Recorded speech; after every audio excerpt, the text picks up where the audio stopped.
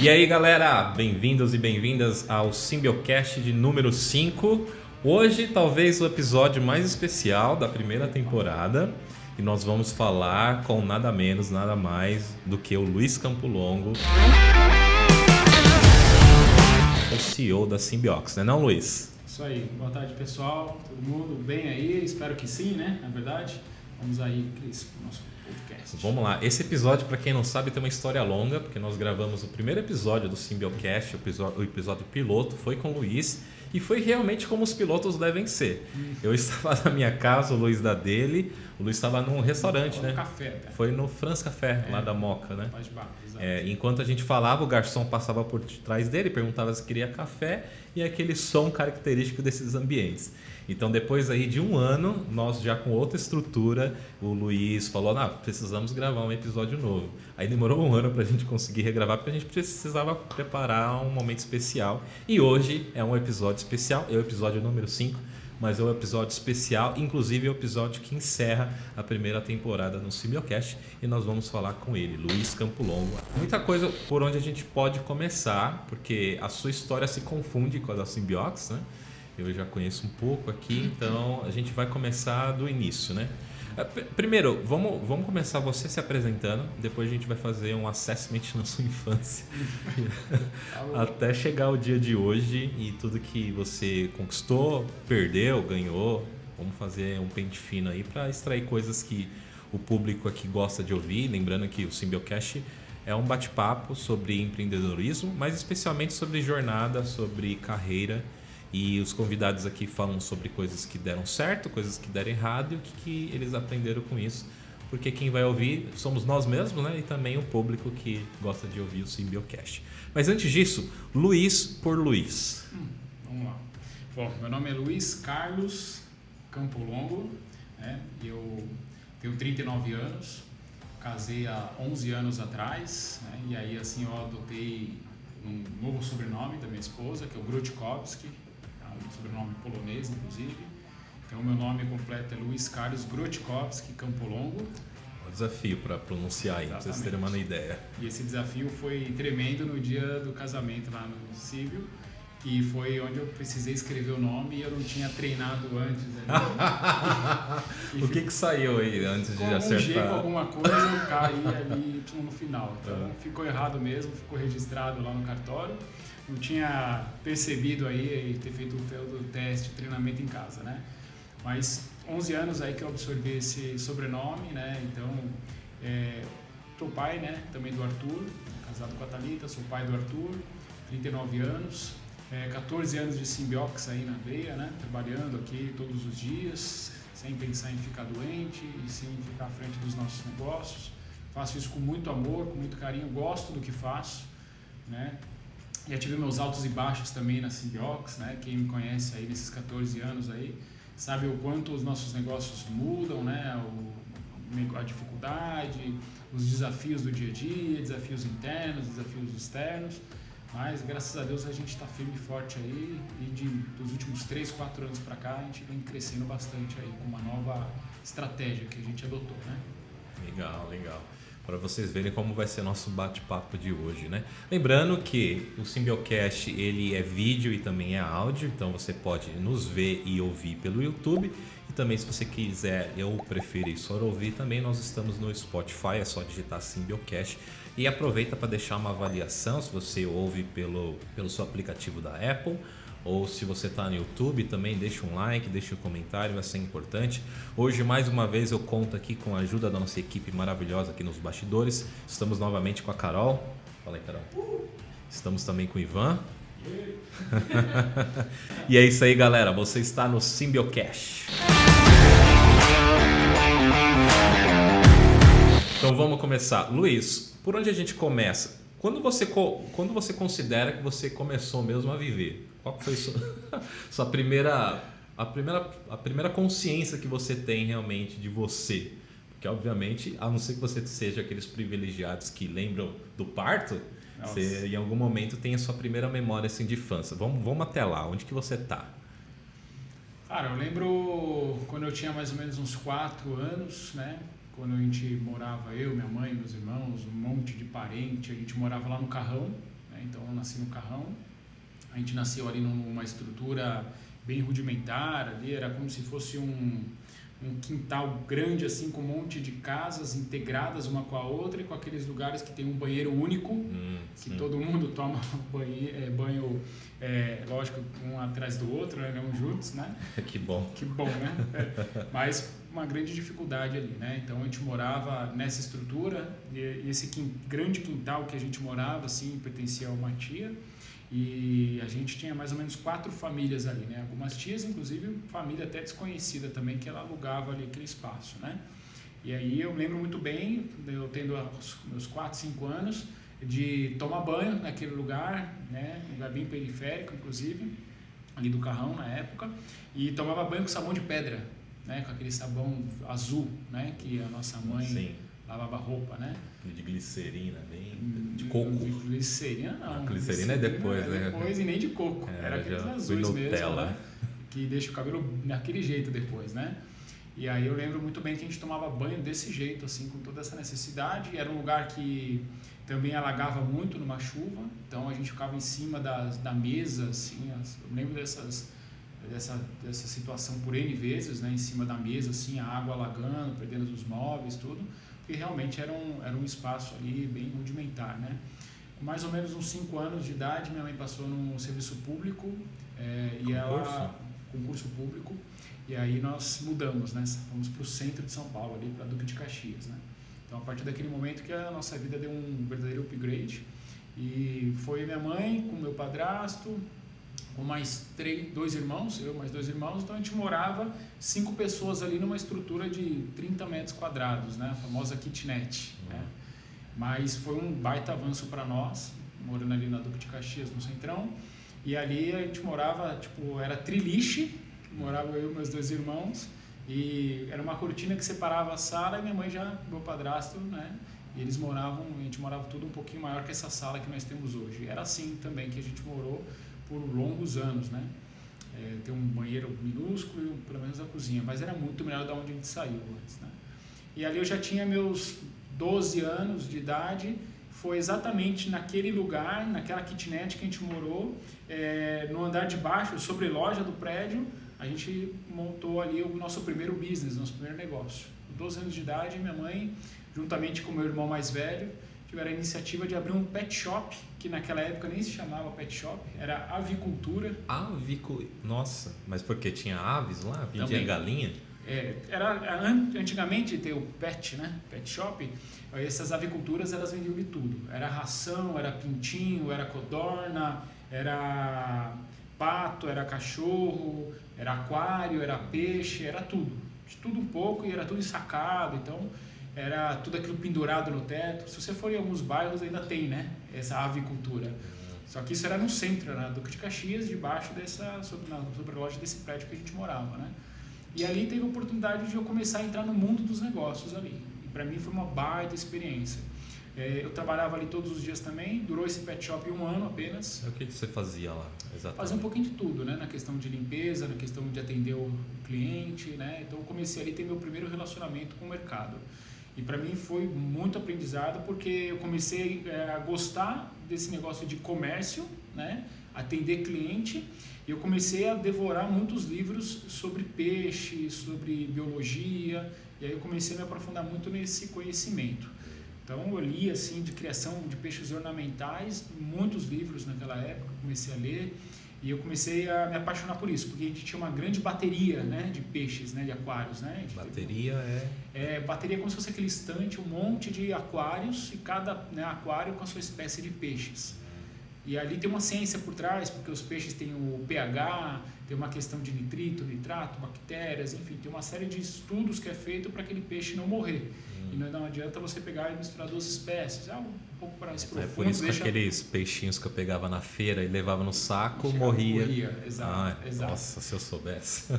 O único que sobrevive é o beta, né? O beta vive até num copo d'água aí, né? O único peixe. Os demais tem todo um tratamento que tem que ser feito. E ali eu comecei a me apaixonar por esse caminho aí, né? De peixes ornamentais, Mas o que me moveu muito ali foi essa questão de atendimento ao cliente, tudo. Porém, né, como um negócio que eu entendo que é muito complicado, que é negócio de família, tá? Eu tenho 2 experiências não boas sobre negócio de família, essa é a primeira no caso. Começou a gerar muita confusão, muita briga familiar, meu padrasto com meu irmão mais velho, com minha mãe, com não sei o quê, com grande dificuldade financeira, porque ela abriu todo aquele negócio ali na raça e com empréstimo em banco, que eu acho que é a pior forma de abrir também um negócio, né? Com juros pelo menos do Brasil. E aí durou 1 ano apenas. E com a sobra daqueles itens do pet shop, quando eu tinha 12 anos, eu e meu padrasto, 12, 13 anos já, né?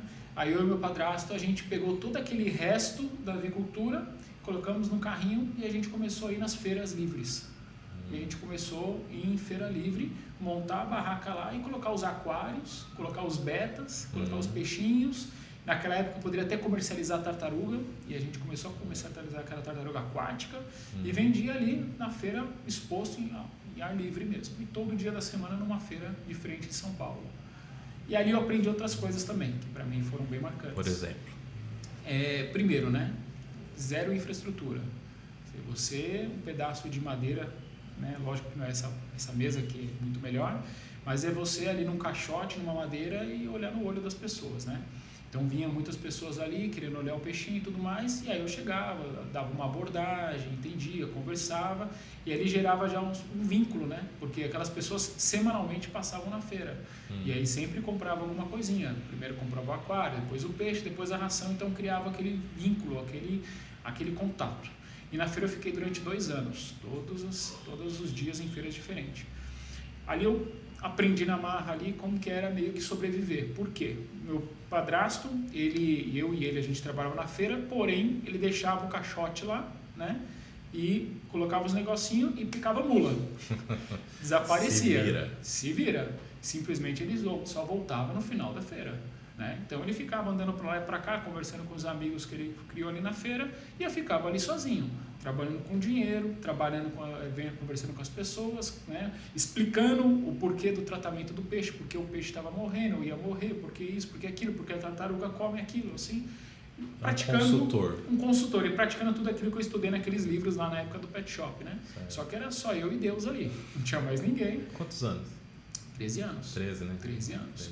E ali o meu pagamento, diferentemente do pet shop, que eu não ganhava absolutamente nada, ali eu comecei a ganhar meu primeiro dinheiro. Eu ganhava R$5 por dia. Peraí que eu tenho uma pergunta que eu sempre faço e não vai ser diferente aqui. Com que o Luizinho, de 15 anos, gastou seu primeiro salário? Cinema, roupa. Eu morava ali na Duque, então tinha a Galeria do Rock, que era muito próxima. Então eu ia lá, comprava CDs, né, Legião Urbana. Qual foi o primeiro, assim, que você foi lá, o primeiro salário eu vou gastar aqui? Foi o meu videogame, o PlayStation 1. Boa. Né? E aí, lógico, depois tinha os CDzinhos azuis que a gente comprava na Pagé, né? Então foi original, né? Original, né? Exato. Então foi ali o marco, né, para mim, né? Comprar minha roupa, né? E aquela época era roupa de skatista e tudo mais, era fubu e tal, então, exatamente. Então, ia muito na Galeria do Rock comprar, né, com esses R$5 diário, ir lá e comprar a minha parte de roupa, aquelas vontades que eu tinha, né? E aí, voltando um pouquinho para a feira, que para mim me movia muito essa questão de atendimento, a consultoria ali, olhar no olho, eu me apaixonei muito por isso, né? Aí eu me lembro muito bem até hoje, um dia emblemático, era um domingo, eu trabalhava na feira, eu tinha meus 15 anos por aí, que eu fiquei uns 2 anos na feira. Aí o meu primo passou assim, e ele estava trabalhando na C&A, né, na C&A Modas, só que na área financeira da C&A, que tinha nas lojas, hoje não tem mais essa figura, né, que fazia os cartões, o private label e tal. E aí ele me convidou, falou, pô, primo, vamos lá trabalhar na C&A, cara, vejo aí que você atende bem e tal, você tem aí uma questão, né, de conversar muito bem, e lá está precisando de vendedor. Eu estou trabalhando na área financeira lá e eu acho que você tem um perfil legal. Só que eu estava naqueles meus 15, 16 anos, que ia ter aquela questão lá do exército, né? Que é muito complicado, tal, reservista. Mas mesmo assim eu fui, né? No dia seguinte eu estava lá, no domingo isso, segunda-feira eu fui lá passar por um processo de entrevista na C&A, da República, no caso, ali perto da Rua Direita e tal. E aí eu passei na entrevista, e aí lá de fato eu tive meu primeiro registro, né? Só que era um registro temporário. porque a empresa não poderia registrar por uma questão lá da reservista. Isso era contra a política da C&A naquela época. Só que eu acho que ali eu comecei a realmente mostrar ali que eu gostava de cada vez mais de vender, de atender cliente e tudo. Por quê? Porque uma diretora, ela teve depois uma missão de abrir uma outra loja da C&A lá em Taboão da Serra. E era um shopping que ainda estava sendo construído. E a missão dela era abrir 1 milhão de cartões da C&A antes da abertura da loja. Nossa. Era muitos cartões. Os cartões já tinham os cartões ou estavam? Já tinha, só que era aqueles particulares, o private label. Certo. Que era só para usar na loja, Sim. não era cartão com cartão de crédito. Você usa fora, era só da C&A. Não era bandeirado, né? Não era bandeirado, exato. E aí ela teve essa missão e ela convidou 2, 3 pessoas da loja. E eu fui uma dessas 2, 3 pessoas. Só que eu ainda estava nessa fase do exército aí, né? Ser chamado ou não. E aí ela foi, descumpriu a política, a regra, bateu no peito e falou, não, eu quero contratar essa pessoa. E aí eu comecei a ver já o valor de uma boa liderança sobre nós, né? Eu falei, caramba, ela deu valor, né? E aí eu comecei todos os dias a sair lá do centro de São Paulo, na Duque de Caxias, pegar aquele fretado para Taboão lá em Embu das Artes, quase. Um rolezaço. Todos os dias lá. Só que ali começou a minha segunda fase de vida ali, que foi muito legal, que foi a liderança sobre pessoas. Legal. Eu sou apaixonado por isso. Você se tornou líder a primeira vez ali na C&A do Taboão. Taboão. 16, 17 anos. A gente abriu, na verdade, uma loja física, uma loja financeira. Não era uma loja de roupa. Porque era uma base para estruturar aqueles 1 milhão de cartões da C&A daquela região, para quando inaugurasse o shopping já ter aquela base de clientes ali. Que era uma base inexplorada pela C&A. E aí naquela lojinha que tinha mais ou menos uns 60, 70 metros, assim, como se fossem essas lojinhas financeiras hoje em dia, né? De empréstimo pessoal, só que só para fazer cartão. E ali eu fui contratado, mas a gente organizou uma equipe de 40 pessoas. 40 pessoas. Você também ajudou a organizar a equipe? 100%. Legal. Exatamente. 40 pessoas a gente entrevistou e contratou. A gente tinha até um ônibus fretado, onde a gente tinha toda uma logística para distribuir em 2, 3 times. Itapecerica, Cotia, Taboão, Embu. Então a gente tinha um grande mapa ali onde a gente colocava a estratégia de atuação e a galera começava a abordar as pessoas nas casas, nas praças públicas. Era de rua, vendendo. Era de rua para fazer cartão, para depois abrir o shopping e já ter uma base de 1 milhão de contas abertas ali. Entendi agora. É 1 milhão de contas antes de abrir a loja do shopping. Exatamente. E ali a minha missão qual que era? Abrir 1 milhão de contas ali, junto com a gerente, né? Que abriu essa loja. Na raça, na rua, na lábia. Rua, e totalmente assim, tipo, eu tinha a chave da loja, abria para ela, eu ficava até o final nessa época. E aí chegava de manhã, dava treinamento para a galera, fazíamos toda a parte de, né, aí a dinâmica de grupo, de apresentação, treinamento, capacitação, de vendas, abordagem, né, e tudo, tipo o spin que a gente faz hoje, de uma forma muito rudimentar também, mas eram 40 pessoas. E o que deixa muito alegre quando eu olho para trás hoje é ver, cara, com 16, 17 anos, já liderava 40 pessoas e já tinha a chave de uma loja, né? Um monte de itens ali financeiros da própria C&A. Né? Sem experiência nenhuma. Sem experiência nenhuma.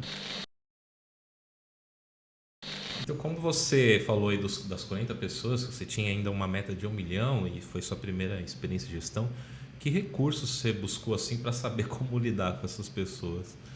Perfeito, Cris. Olha, nessa época eu não era de ler, porque eu estava no meio da faculdade, começando a faculdade, com meus 16, 17 anos, já estava terminando a escola, tudo, então eu estava começando a faculdade de administração que eu fiz e não tinha muito tempo, né? Porque era aquela loucura, eu saía da faculdade e ia direto para o trabalho, pegava fretado. Então dali foi muito na raça, foi muito de observar ali a minha gestora. Eu acompanhava, né, todo o trabalho que ela fazia de liderança como um todo e eu praticava ali com aquelas 40 pessoas que eu liderava. Então foi muito ali realmente na raça, no feeling e escutar também, né, a prática de escutar os nossos colaboradores. Né. Nessa época eu comecei a fazer bastante, né, avaliação, feedback, então eu começava a conversar com o pessoal. Algumas coisas eu absorvia na faculdade. Olha, eu acho que a faculdade não prepara líderes, né. Eu acho que prepara apenas a parte teórica do negócio. Eu acredito muito que líderes são preparados aqui, no meio campo, no dia a dia, né, estando com pessoas, com líderes melhores, né, para ela ter como referência, como no dia a dia, para aprender e para crescer. Eu não acho que a gente forma líderes no caderno, no livro e no aprendizado teórico. Eu acho que transformando, as pessoas se capacitam em liderança no dia a dia mesmo, né? Na prática. Entendi. Mas você acredita que dentro desse universo de gestão de pessoas tem um litro ali, um pouquinho de habilidade natural da pessoa, ou tudo com relação à liderança é aprendido, você consegue aprender, é uma habilidade? Eu acredito que 2, 3% é natural, que a pessoa já tem ali, né? Às vezes você vê uma criança, né? Que nem meu filho, tem 2 anos, eu já vejo ele já com uma capacidade de liderança. Quando ele está no meio de outras crianças com a mesma idade, ele já tem iniciativa. Ele já sabe o que ele quer, o que ele não quer, né? E às vezes no meio de várias crianças ele já começa a despontar e estabelecendo regras de brincadeira ali, de alguma coisa. Você vê assim que, putz, parece que é uma coisa natural. Mas plenamente que o líder tem que ser depois capacitado e treinado, plenamente, né? Acredito que o líder, ele é pouca emoção. Ele é pouquíssima emoção. Ele tem que ser muito mais razão e feeling, né? Feeling de antecipar os problemas, de antecipar os acontecimentos, de entender através de um olhar de um colaborador, de uma fala diferente, o que está acontecendo, qual que é o problema, vamos conversar, senta aí, vamos fazer aqui one-on-one, enfim. Aí eu vejo que essa é a parte que o líder ele tem que buscar, né? Então essa capacitação tem que ser feita. E isso é experiência mesmo, né? Nessa época eu me lembro que eu comecei a ler algumas coisinhas de PNL, comunicação neurolinguística, e aí você envolve a leitura do corpo, né? A leitura das pessoas. Eu lembro que na faculdade eles deram pra gente ler lá Quem Mexeu no Meu Queijo, sim, O Corpo Fala, clássicos, né? Então, Monge Executivo. Então, tudo isso aí acabou, é lógico, né, combinando aí na minha liderança, mas eu falo para você que eu tive algumas outras faculdades da vida que foi muito superior à teórica que eu fiz, né? Uma delas é a própria feira, outra é a própria parte da CIA que eu trabalhei, né? E a própria Symbiotics, né? Posso continuar minha história aí? Não? Eu tô curioso com 1 milhão. Você bateu, não então... bateu? Eu fiquei ansioso agora. A gente tinha a meta de 2 anos para bater, porque há 2 anos ia inaugurar o shopping Taboão da Serra, né? Ainda tem? Deve ter, né? Sim. Tem, né? Não essa lojinha minha. Por quê? Vamos lá. Essa lojinha tinha essa missão. A gente cumpriu essa missão em 1 ano e meio. 1 ano e meio. 1 ano e meio a gente bateu a meta. Ficou sobrando 6 meses. Esses 6 meses... Foi os 6 meses que a gente fez o quê? Então, a gente fechou essa estrutura de fato e dessas 60 pessoas que estavam com a gente, que 40 pessoas eram de rua, a gente começou a pegar e peneirar só os bons mesmos ali e colocamos eles em várias lojas, distribuímos várias lojas, por exemplo, do Morumbi, do Centro e tudo mais, para que quando inaugurasse essa loja do Taboão, essas pessoas já estariam já ambientadas com uma loja de verdade. Já teriam loja treino, de roupa. né? Exato. Aí ficaram 6 meses em várias lojas, passando por esse on-board, podemos dizer, e aí depois foi destinada para essa loja final do Taboão da Serra, do qual eu vim inaugurar e participei mais 1 ano pós inauguração dessa loja, né? Depois desse 1 ano dessa loja, um ex-colaborador meu que eu liderei, e aí eu vejo que a liderança ela traz frutos muito bons. Por quê? Esse cara ele foi trabalhar num banco, na época era no Santander, e o Santander tinha acabado de chegar no Brasil, tinha comprado o Banespa, e ele estava trabalhando numa agência, e aí ele me falou: Luiz, você não quer ir lá trabalhar comigo? Lá tá com vaga comercial e tal, e você acho que gostaria de trabalhar de segunda a sexta, né? Não de segunda a segunda como é de shopping. Né? Aí eu falei: com certeza. Fiz a entrevista lá no Santander Banespa e fui aprovado, e aí eu saí dessa estrutura da qual liderava um departamento inteiro financeiro lá, né, de vendas. Já era o Santander Banespa ou era só o Banespa? Era Santander Banespa. Já tinha comprado já. Né? E aí eu fui para essa estrutura do Santander Banespa lá na Clodomiro Amazonas, na Vila Olímpia, né? Só que aí eu saí completamente do meu padrão, né? Certo, varejo, roupa, vendas, tudo mais. Porém, mantendo os serviços financeiros, né, que é o que eu vendi lá na C&A. Na C&A a gente vendia cartão de crédito, cartão, né, o Private Label, vendia o que era o IB Invest na época, IB Credit, então era empréstimo pessoal. Título de capitalização. Título de capitalização vendia rodo, seguro de vida, seguro residencial, vendia pra caramba lá também. Tudo isso daí que depois foi comprado pelo Bradesco, né, o Banco IB, né, o Bradesco comprou aí um tempo para trás. Aí eu fui para o Santander Banespa. Cheguei numa agência pacata lá, no Vila Olímpia, 20 pessoas só na agência inteira, E aí eu tinha uma meta absurda de vendas, só que não me colocaram para vender. Me colocaram para recuperação de crédito. Recuperar por quê? Eles perceberam? Porque era a vaga que tinha lá. Tá. Só que aí que tá a tinha jogada. Pra hoje. O que tinha para hoje, porque a pessoa ia se aposentar lá. Só que o barato dessa história, Cris, é isso que a gente tem que fazer do limão, né? A gente tem que fazer o limão e uma limonada. Porque eu fui contratado para fazer análise de crédito, o famoso CRELI, que eles chamam, tá? E aí, o que eu fazia lá? Eu fazia a parte de recuperação de crédito e, ao mesmo tempo, eu conseguia vender. Então, eu conseguia fazer com que o cara pagava a dívida com o banco e ainda contratasse uma capitalização, um seguro. Ele conseguia ainda reativar. Fazer cross-sell de um cara que estava devendo. De um cara que estava devendo. Você fez ele comprar mais. Comprar mais. Exatamente. Tá. E aí, assim, por que eu falo isso? Porque o banco ele tinha campanhas de recuperação. Sim. Tipo, perdão de dívida com 80% de desconto. E aí, em cima desse perdão de dívida de 80% de desconto, o cara nem imaginava que conseguia ter esse perdão de dívida. E aí eu chegava lá com esse perdão de dívida de 80% de desconto pro cara. E aí o cara ficava tão assim maravilhado com tudo que eu conseguia para ele lá, que ele ainda pegava, ativava a conta dele, que era uma conta inativada pela recuperação, e contratava um seguro de vida mensal, um título de capitalização mensal, ou seja, ele reativava a conta por tudo aquilo que eu conseguia para ele, né? E aí muitas vezes eu brigava pelo crédito, pelo cliente, olha, você pode pagar só isso, ligava para uma central e tudo mais. Então, nesse período, eu já tinha meus 20 anos de idade, eu vi que eu comecei a fazer um baita trabalho legal lá naquela agência, onde eu não fazia só o que era me pago, eu fazia mais ainda, eu ajudava a agência, e eu não tinha meta de vendas, eu tinha meta de recuperação. Nossa. Então, aí você bateu suas metas de recuperação e ainda mostrou um cross-sell ali. Exato. Poxa. Tanto é que deu um ano de trabalho lá, o gerente geral daquela agência, e naquela época o Banespa estava passando por uma dificuldade cultural do Santander, né? E o gerente geral daquela agência ele começou a perder muita gente lá. Aí ficou só 10 pessoas praticamente na área de vendas, né? De 22 pessoas, né? 10, 11, sendo que tinha um monte de caixa ainda, né? E no final sobrou praticamente eu e um cara PJ que atendia empresas para vender e bater a meta da empresa, né? E ali também eu passei por um grande aprendizado, né? Ali eu passei um aprendizado de como não tratar colaboradores. Como não tratar? Vai, checklist, fala aí. Eu acho que a pergunta é de $1 milhão, né? Eu vejo que a gente aprende muito como fazer. Né? Exato. E eu acho que um dos segredos da vida também é como não fazer. Boa. Né? Porque a partir do momento que você entende o que não fazer, só sobra o que fazer. Boa. Não é? Uma boa filosofia. É um contraste, né? E ali aconteceu também nessa carreira, na minha fase, né? Por quê? Eu lembro até hoje, né? Quando eu entrava na agência ali, eu fazia faculdade novamente, ganhava ali muito pouco no caso, eu cumprimentava todo mundo ali, né? O segurança, que era terceirizada, tinha da limpeza, tratava todo mundo pelo nome, que é uma coisa que eu gosto de fazer, e cumprimentava todo mundo, né?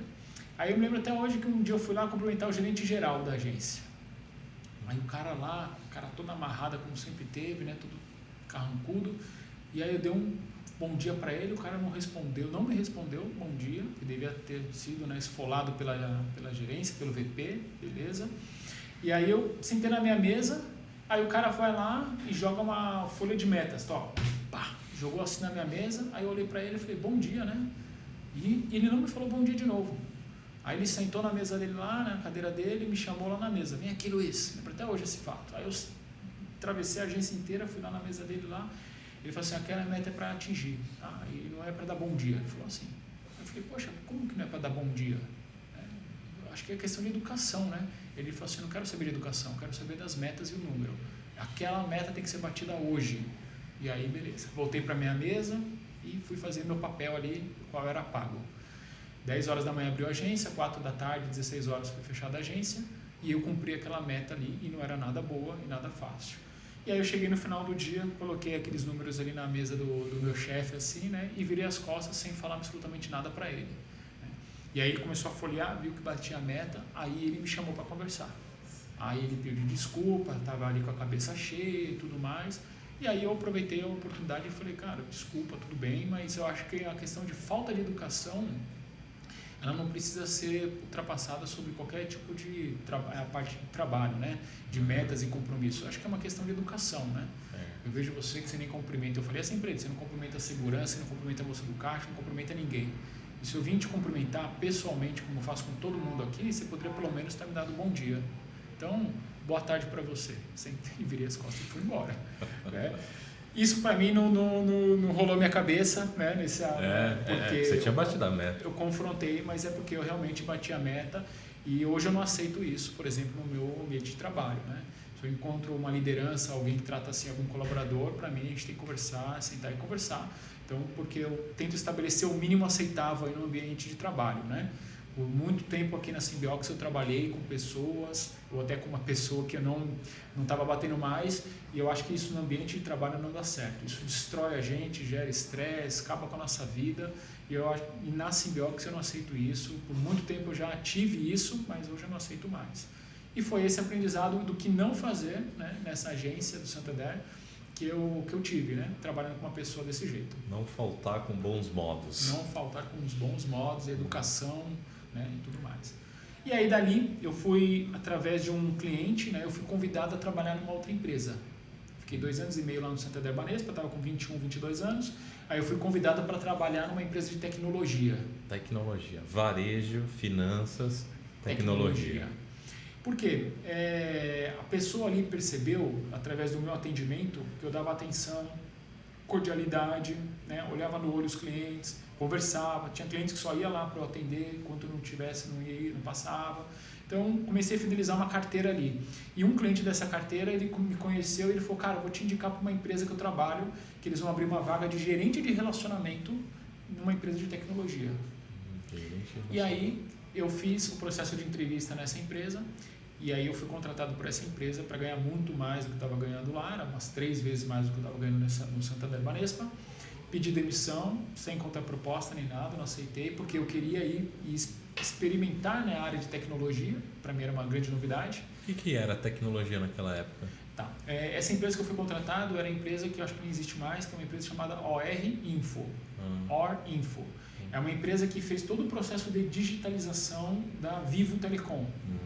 Tá. Então, tudo que era papelada da Vivo, essa empresa foi contratada para fazer a digitalização e deixar num portal, o famoso GED, Gerenciamento Eletrônico de Documentos.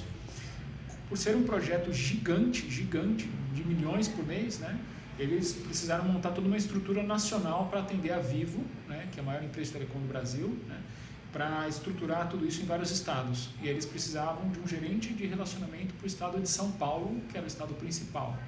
E eu fui contratado nessa empresa. E aí eu comecei a criar muitas amizades também com a gestão dessa empresa. Uma das pessoas que eu criei um grande vínculo de amizade é com um amigo meu, que é o Márcio Sodré, mando até um abraço para ele, inclusive. E o outro também é o Diego Martins, que é da Acesso RH. Dá um abraço para ele. Outro abraço também para o Diegão. E ali eu aprendi muito. Ali, para mim, realmente foi uma fase de aprendizado absurda.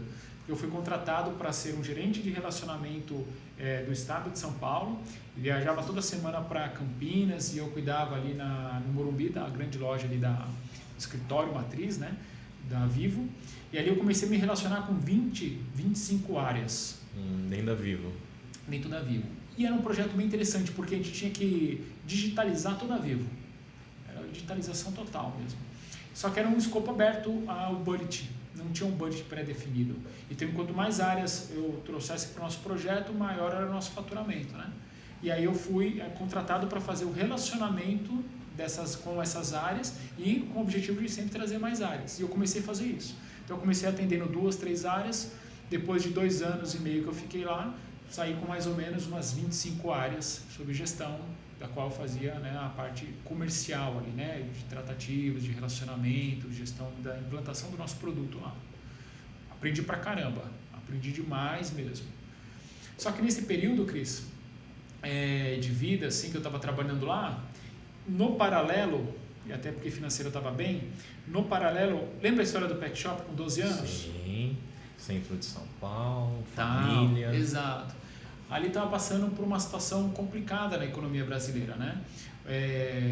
Meu irmão e meu padrasto, eles trabalhavam em bingo nessa época. E nessa época teve uma lei que fecharam todos os bingos aí. Então começou a passar uma grande dificuldade financeira em casa. Minha mãe era funcionária pública ainda, né? Só que meu padrasto e meu irmão estavam desempregados. E aí, eu ali, né, com uma reserva financeira, eu falei, por que a gente não abre aquele pet shop lá, que a gente tinha 12 anos, agora a gente abre com dinheiro próprio e a gente, né, estrutura aqui e começa um novo negócio. Minha mãe achou uma loucura, não vamos, não tenho dinheiro, não tenho tempo e tal. Eu falei, não mãe, eu consigo aqui ajudar, compartilhar e a gente coloca aqui, né, o meu irmão e o meu padrasto para começar aqui o negócio com a gente. E aí eu achei um ponto bom, aonde? Na Duque de Caxias, só que em outro ponto. Né? Inclusive existe até hoje esse pet shop, que a gente foi gravar já. Que a gente foi lá gravar, exatamente. E aí eu peguei ali uma reserva minha financeira, aluguei o lugar no meu nome, abri a empresa no meu nome e começamos o negócio.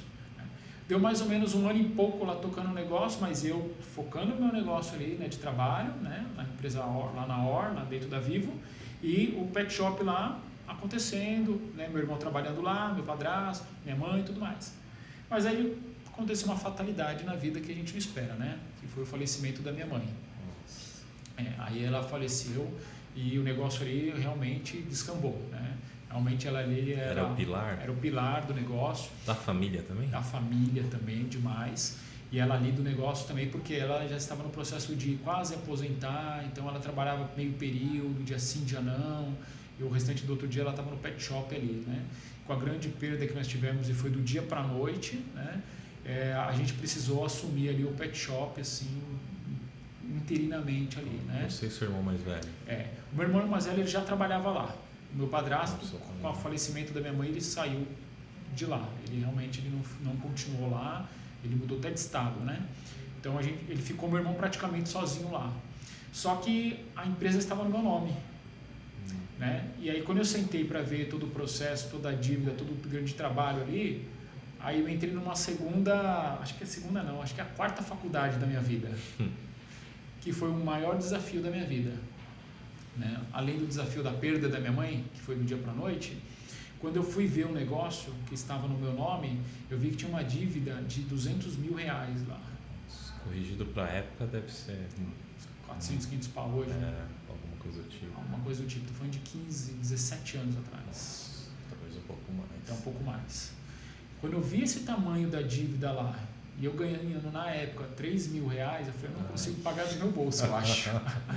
Deixa eu ver, acho que eu vou ter que lavar pratos, virar escravo, alguma coisa do tipo. E aí vem mais um aprendizado do que não fazer, que é o quê? Terceirizar responsabilidades.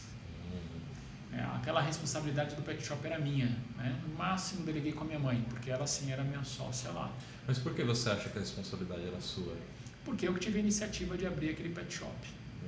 Eu que tive ali tanto a grana financeira, o quanto eu fui ver o lugar, eu gostei do lugar, eu assinei o contrato, eu comecei, mas não daria para eu tocar e isso estava dentro do plano. Eu trabalho em outro lugar de segunda a sexta, estou aqui durante sábado, tá ok? Tá ok. Então sábado eu trabalhava lá. Só que o grande aprendizado, além disso tudo, né, é também ter trabalho em família é algo complicado. E a minha experiência foi negativa aí, pela segunda vez. Porque a primeira com 12 anos também não deu certo, mas eu não administrava nada, só atendia. Já nesse segundo eu já administrava. Só que aí começou a gerar muitos conflitos familiares ali. E aí, com a perda da minha mãe, o negócio degringolou, acabou. O negócio se aprofundou numa dívida da qual você entrava na loja, tinha 2, 3 rações lá, pacote de ração. A loja vazia, a loja abandonada. E aí... Sentei com meu irmão e falei, e aí, o que a gente vai fazer? Vamos tentar vender, vamos tentar qualquer coisa. Só que ele não estava tão preocupado assim porque não era o nome dele, mas era o meu nome. Né? Mas essa era a segunda loja, né? Era a segunda loja. Você, com dinheiro... ok. Você voltou ao mesmo local e abriu um segundo... não no mesmo local, mas na mesma próximo rua. Ali, próximo. Foi lá, né? O primeiro foi com o empréstimo que minha mãe fez com o banco e nesse segundo foi com o dinheiro legal. que eu tinha guardado. Próprio. Depois de 2 anos e meio quando minha mãe faleceu, depois de 2 anos e meio do negócio, eu fui descobrir a dívida de R$200 mil. Por que eu descobri isso? Porque eu comecei a ver os boletos, as notas fiscais, a falta de imposto, o fundo de garantia INSS que não era nada pago. E aí funcionários, então? Funcionário, eu tinha mais ou menos uns 8 funcionários naquela loja. CLT, né? Só CLT. E ali eu tomei a frente, sentei com meu irmão e falei, cara, deixa eu tocar com esse negócio. Durou 1 semana só. Né?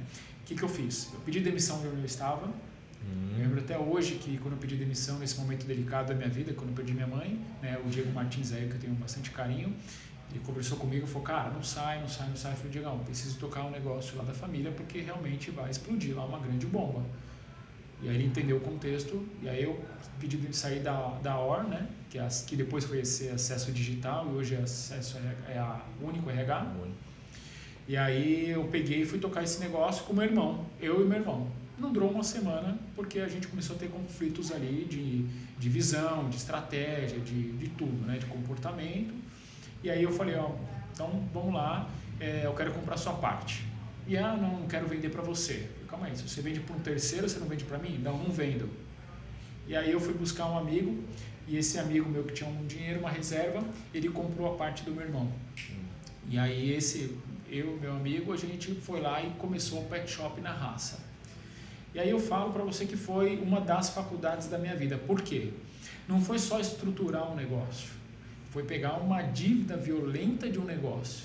Uma coisa é você começar um negócio do zero, outra coisa é você pegar um negócio negativo. Com menos 200 mil. Menos 200 mil, não é só isso também, a imagem do lugar. Estava muito queimada também na praça, né? Onde a gente atuava, no lugar, os clientes e tudo mais. Então ali estava toda uma questão muito negativa envolvida. Né? Os próprios funcionários estavam desacreditados e tudo. Então ali o problema era muito maior só do que aqueles 200 mil. Mas ali eu consegui organizar, junto com esse meu amigo, a gente começou a organizar muito a empresa de uma forma completamente diferente. Primeiro que eu era administrador, agora com bastante mais, né, formado. Eu estava com mais ou menos 22, 23 anos de idade, super novo ainda. Né? Realmente. Engraçado que você falou tanta coisa aqui e acho que se passou 5 anos. 5 anos, né? Com 50 não, estava com 22. Não, né? não. Exato. E aí eu conversando com ele, ele tinha um viés muito comercial, eu tinha um viés mais de administração. E a gente fez essa diferença. Então você cuida do comercial, do atendimento ao cliente, porque a gente trabalhou junto na CIA, inclusive. A gente tinha aquele gás, né, de atender cliente, enquanto eu administro a parte financeira da empresa, administrativo, os colaboradores e tudo mais. E aí eu lembro muito bem que eu comecei a conversar com mais de 20, 30 fornecedores. E aí eu chamava esses fornecedores por quê? Primeiro que eu tinha uma dívida com eles, uma dívida de milhares de reais, impagável naquele momento. Segundo, me apresentar como Luiz Carlos Campolongo para eles, porque até então eles não conheciam, só conheciam o meu irmão que tocava o negócio. Eles nunca viram quem que é o Luiz Carlos Campolongo. Só via no CNPJ, na nota fiscal, mas... Prazer, eu existo. Toma aqui meu cartão. Exatamente. E o terceiro que foi o quê? E aí é mais um aprendizado na vida, que tem que ser transparente. Quando eu conversava com esses fornecedores, eu falava, olha, essa dívida foi feita, não participei, não fui eu que colhi nenhum fruto dela, porém eu quero pagar. Só que eu preciso que você acredite em mim. E para esse momento, para eu ver se você acredita em mim, fornece para mim, ainda mesmo assim eu te devendo. Ousado. E sem brincadeira, Cris, todos acreditaram na minha palavra, todos. Isso com boleto, com nota fiscal devendo e tudo mais. Inclusive, na época, tinha mais de 30 registros no cartório em protesto. Eu fiz todo esse levantamento. E aí eu peguei, a gente fechou com cada um dos fornecedores que era necessário para a continuidade do negócio. Eu não fiz como a maioria faz aí, né, de caixa 2, de abrir um novo CNPJ, laranja, manobra fiscal, pedalada, absolutamente nada. Eu conversei com cada um e dentro desse cada um eu fechei um plano de parcelamento com eles e em paralelo eles continuariam me fornecendo e esse do fornecendo pagava à vista.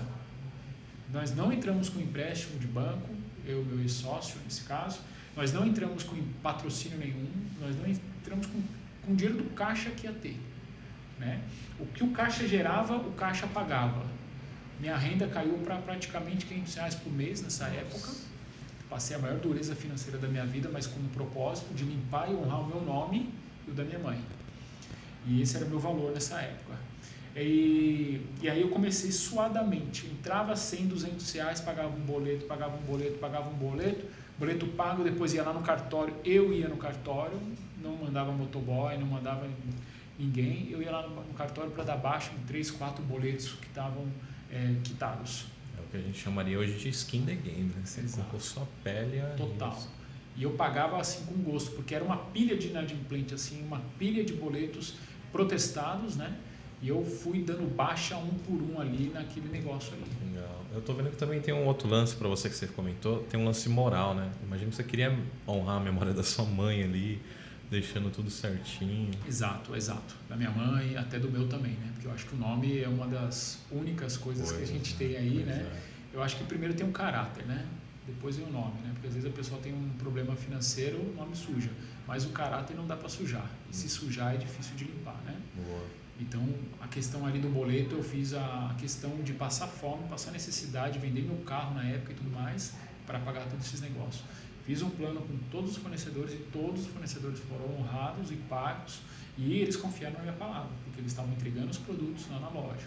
Com isso, a gente mudou o nome da loja, a gente reformou a loja, uma loja de faturamento de mensal de 15 mil reais, ela foi para 60 mil reais, depois de 2 anos, né? Esses 8 funcionários a gente recontratou todos, né? O que quer dizer recontratar? Cara, vou te pagar todo o imposto, o INSS, o fundo de garantia, desde o primeiro dia que você está aqui, 3 anos atrás. Como se fosse uma recontratação mesmo. Então a gente fez isso com todos, nenhum funcionário saiu, inclusive a gente aumentou o nosso quadro lá, montamos veterinário, montamos hotel lá no pet shop, a gente começou a dar um grande boom ali no negócio e chamou a atenção do mercado. Porque era o maior pet shop do centro de São Paulo. Nossa, eram 4 lojas. Quatro andares. 4 andares. Era o subsolo, que era o hotel, né? Tinha a própria loja, a segunda loja que tinha clínica veterinária e a terceira que a gente tinha um stand gigante lá para cirurgias e um monte de coisa que foi o processo de reconstrução. 100%. Isso em 2 anos e meio apenas. Nossa. Foi uma grande transformação que a gente fez lá e vou reforçar, nada com dinheiro externo. Foi tudo com dinheiro do caixa. Então, legal, você falou da parte financeira, mas você também disse que tinha um lance de credibilidade com o público e cliente, né? Como é que você resolveu isso? Cara, isso aí foi muito bom, muito legal isso daí, ainda bem que você lembrou.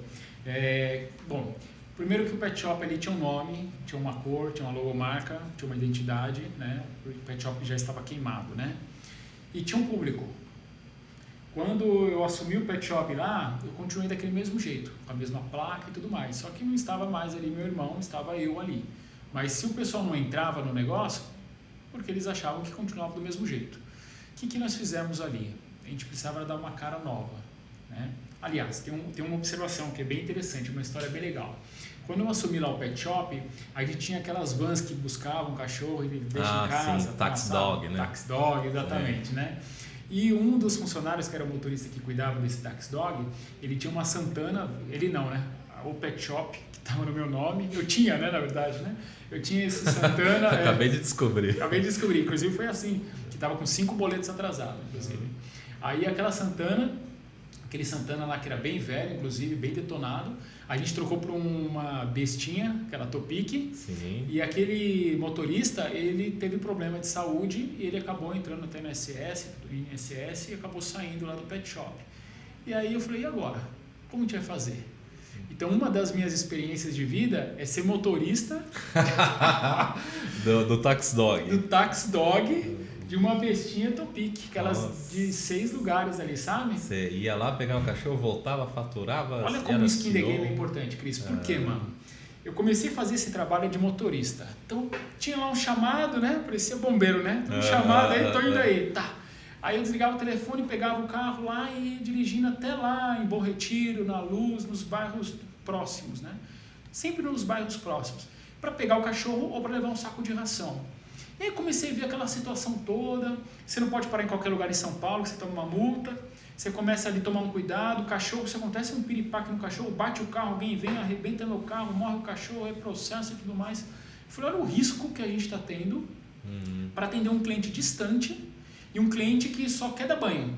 Não comprava uma ração, um ossinho, não comprava nada. Só aquilo e acabou.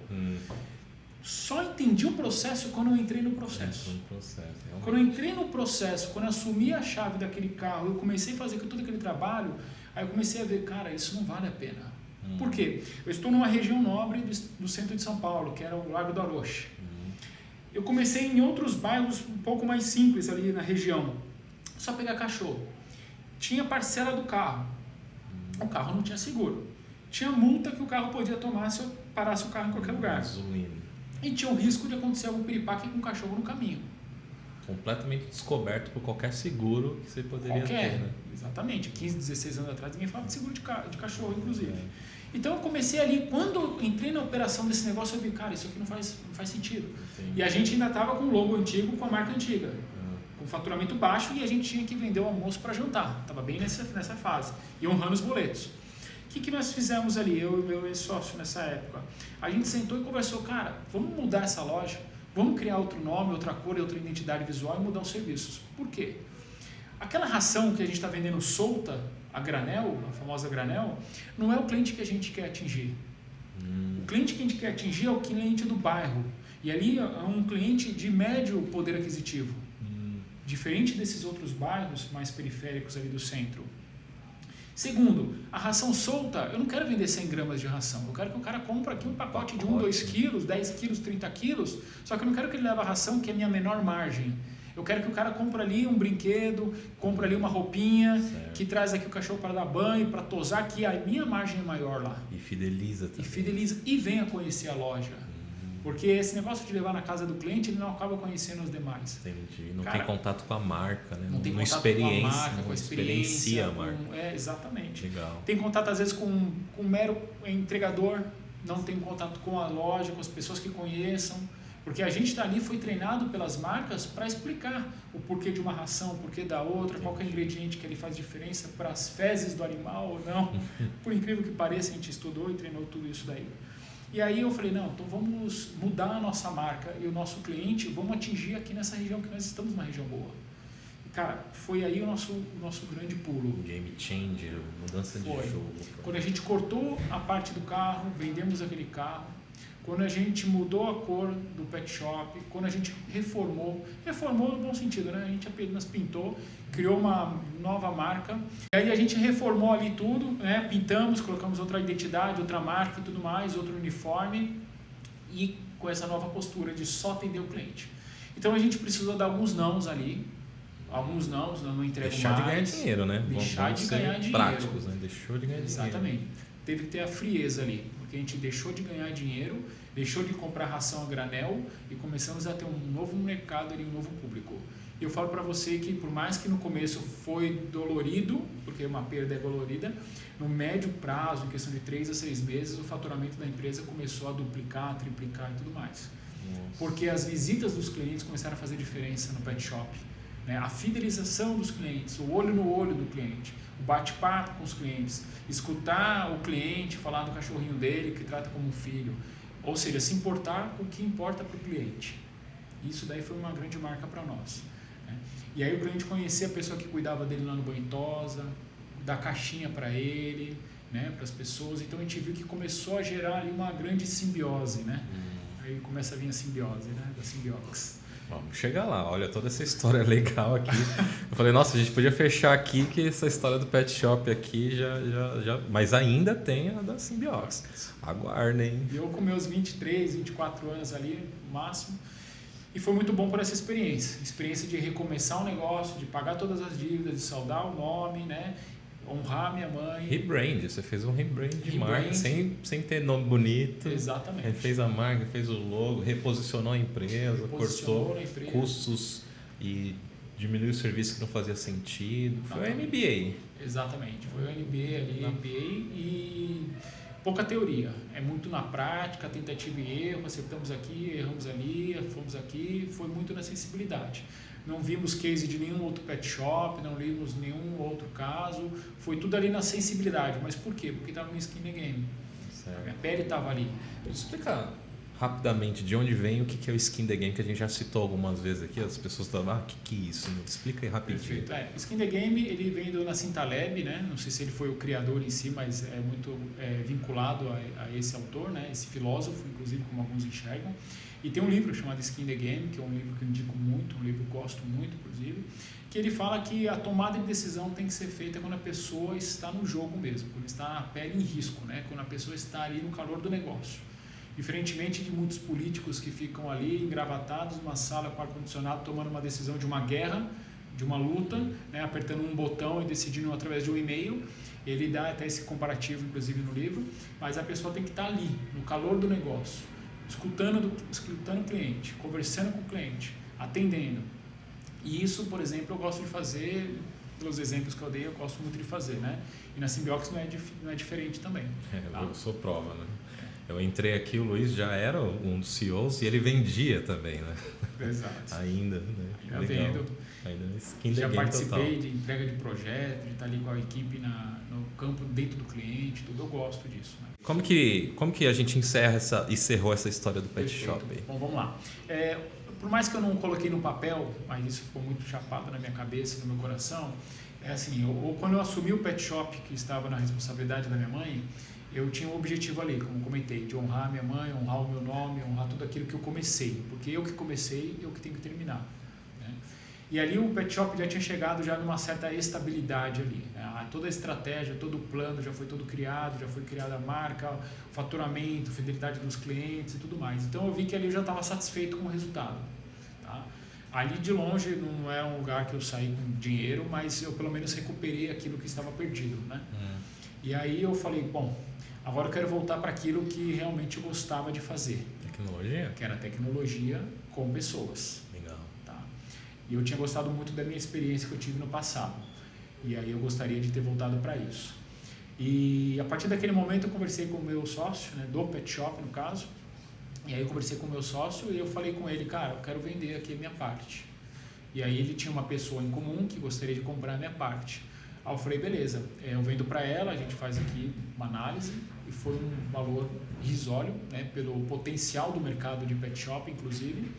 E só que eu só pedi uma coisinha para ele. Eu falei, cara, me deixa ficar ali no último andar, numa salinha desse tamanho exatamente, deixa eu ficar ali uns 6 meses, porque ali eu vou começar o meu outro sonho, meu outro projeto. É o embrião da Symbiox? O embrião da Symbiox começou ali. Nossa, que legal. E ali Mas você já tinha, quando você falou isso, você já tinha noção que você ia fazer ou você só foi no escuro mesmo? Eu sabia o que ia fazer, mas não o que fazer. Ah, tá. Eu sabia o que era o como. Certo. Como eu quero ter uma empresa de tecnologia.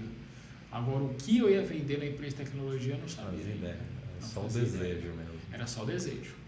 E aí, quando eu tive um ok dele de usar a estrutura e um ok da sócia que compraria a minha parte, né, envolvendo todo o trâmite, negociação e tudo mais, aí eu já comecei a mover meus pauzinhos aqui para a Symbiox. Nossa, que legal, legal. Só pra gente ter uma noção, e a galera se ambientar, a gente tá falando de quantos metros quadrados começou a Symbiox? Começou com, acho que aqui, uns 5, 6 metros quadrados. Legal. Só com o desejo de abrir uma empresa de tecnologia, sem saber como. Era muito da época também, esse lance de vamos para cima, vamos descobrir como fazer no meio do caminho. É que assim, há 14 anos atrás, 15 anos atrás, Cris, eu acho que o conhecimento ele não era compartilhado, era muito escasso, vai. Não é que nem hoje que está tudo no YouTube, o passo a passo. Então você não tinha muito como pesquisar, muito onde ir, era muito na raça mesmo. Era tentativa e erro. É você colocar a faquinha na boca e entrar no mato. Era assim, né? É que nem hoje que dá para você fazer uma série de testes, até o dinheiro está muito mais barato hoje em dia. Então você tinha que ter o recurso próprio ou pegar juros de 10, 15% ao mês aí no banco aí naquela época. Né? Você está falando de 2008 mais ou menos, né? 2007 para 2008, exatamente. E aí nessa época, então foi muito na cara e coragem mesmo, né? Eu acredito que hoje em dia dá para abrir coisas na cara e coragem, mas naquela época era normal cara e coragem. Então, galera, vocês viram? Poxa, eu tava ansioso assim, falei, nossa, será que vai dar certo o Pet Shop? Será que a dívida vai ser paga e tal? Eu acho que a gente completou uma boa história aqui e ainda vem a melhor parte que a gente vai falar do embrião da Symbiox e como esses 14 anos, olha, ainda tem 14 anos, a gente falou aqui de uns 10 no máximo, né? Então ainda tem 14 anos, mas é claro, a gente vai separar isso para uma parte 2 do Luiz falando sobre como foi a história da Symbiox. Eu já estou aqui morrendo de vontade de ouvir novamente, né?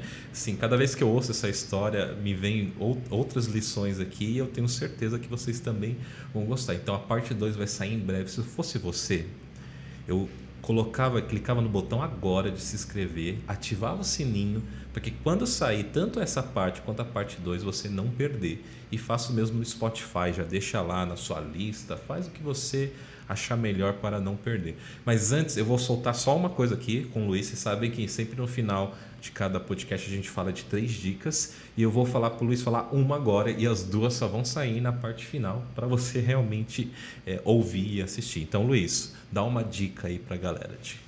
Beleza. Uma dica que eu aprendi no Skin the Game, eu acho que é o próprio Skin the Game. Certo. É você estar ali, antes de tomar uma decisão, você está no calor do negócio, entender o que está acontecendo. Não tomar nenhuma decisão sem estar no Skin the Game, sem você estar no negócio, sem você estar na situação. Então, tudo isso eu tomei de decisões na minha vida, e tudo isso que a gente conversou, participando ativamente ali, não como ouvinte, né, mas uma pessoa está ali no processo. Então, qualquer decisão da vida, eu acredito muito que a gente tem que estar no Skin the Game. Isso pode ser num relacionamento, isso pode ser num lugar que vai morar, isso pode ser na abertura de um negócio. Pessoas que abrem negócio e não participam ativamente, não dá certo. É o Skin the Game mesmo, tem que estar ali na operação, tomar as decisões no negócio junto. Essa é a primeira dica. Legal, então aguardem para as próximas. Esse foi Luiz Campolongo, a gente se vê na parte 2 do Luiz Campolongo. Beleza? Beleza, valeu. Falou, até a próxima.